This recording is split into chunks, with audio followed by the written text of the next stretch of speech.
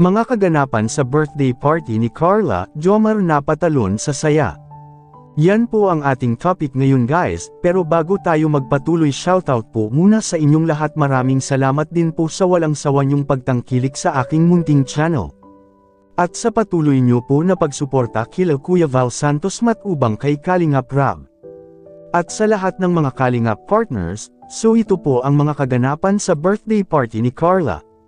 Grabe, hindi inaasahan ni Carla na ganito kabongga ang inihanda ni Kalingap Rab sa kanyang debut 18th birthday niya.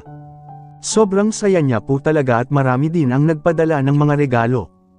At ang 7 candles na mga Kalingap Angels na nagagandahan at sobrang nagpapasalamat ang mga magulang ni Carla sa lahat na nag-sponsors kay Carla.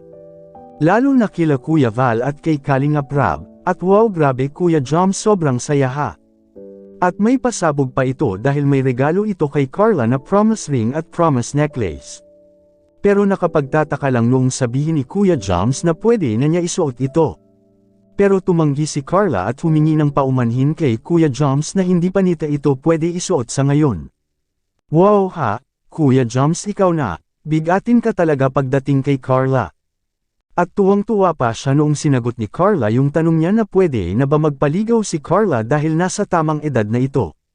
Naku, magtagumpay kaya si Kuya Joms sa pangliligaw kay Carla dahil ang alam ko mas priority ni Carla ang pag-aaral sa ngayon dahil sa gusto niya talaga makapagtapos ng pag-aaral dahil gusto niyang maiahon sa kahirapan ang kanyang mga magulang at mga kapatid.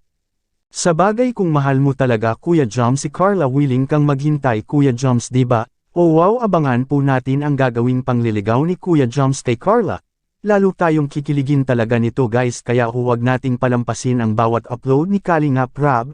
Abangan natin ang kabatanan ng pangliligaw ni Kuya Joms kay Carla. Hanggang dito po muna ang inyong abang lingkod. Good day and God bless everyone.